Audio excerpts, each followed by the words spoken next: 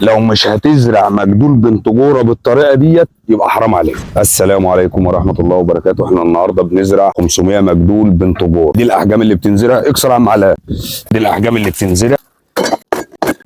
تسلم. شد يا باشا. هتقول لي يا هندسه انت بتكسر القصريه ليه؟ ما كنت وريتنا مجموع الجذر بتاعها. تعال سمي الله يا محمد. ايه اللي هشيلنا كده يا محمد؟ ده المجدول، ده المجموع الجذري بتاعه زي ما حضراتكم شايفين. شيل يا عم محمد كده معايا. انزل. احنا بنكسر القصريه حفاظا على المجموع الجذري لا اكتر ولا اقل. تعالى بقى يا استاذ محمد تعالى، عشان في ناس ما شافتش المجموع الجذري قوي.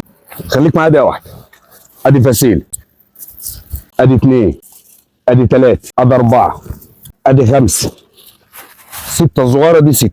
ده مجدول بنت جوره معاه 6 فسائل. طب المجموع الجذري زي ما حضرتك شايف حاجه نظيفه ما فيهاش اي حاجه. لو مش هتزرع مجدول بنت جوره بالطريقه ديت يبقى حرام عليك. والشغل ده مش هتلاقوه في حته ثانيه غير في الدوليه للشتلات. شيل كده يا عم علاء، ميل تميله بس كده دقيقه واحده. تعالى كده يا استاذ محمد. ده المجموع الجذري بتاع المجدول. انزل يا باشا.